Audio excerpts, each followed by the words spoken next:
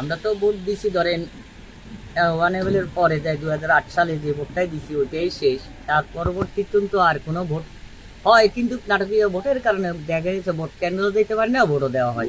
Vote দিতে গেলে সমস্যা হয় বলতে একদলীয় শাসনের কারণে ভোট দিতে যাওয়া যায় না। তৎকালীন হয়তো ভোট তারাই দিয়ে ফেলায়, আগে দিয়ে যাইলে হয়তো ব্যালট পেপারে ছিল পাওয়া যায় না, নাম গেলে ভোট দেওয়া হয়েছে, তার কারণে ভোট দেওয়া হয়নি। ভোট তো আমার অধিকার, মূলত আমার দেশের সম্পদ হিসাবে আমি দেশের বিবেচনা লোক বসাবার খেয়ালে তো আমি ভোটটা দিব। এবং যে আমার দেশের এলাকার এবং আমার এই এলাকার যারা উন্নয়নের দিকে তাকাবে তাদেরকে তো আমার প্রয়োজন, ওইটাই দাবিতে তো আমার ভোটটা দেওয়া। ভোট তো অবশ্যই সবাই আগ্রহী আছে এবং সবাই তো প্রত্যাশা থাকে যে ভোটগুলা দিতে পারলে নিজের মন মতো একটা লোকের আনতে পারে এবং সংসদে বসালে যেন সেই সংসদ থেকে কিছু আনি দেশের উন্নয়ন করতে পারে এবং এলাকাটারে সুন্দর করতে পারে, তার জন্যই তো ভোট দেওয়া। অবশ্যই তৎকালীন নীতি, এখন তো কোনো রাজনৈতিক দলে কেউ আসেনি।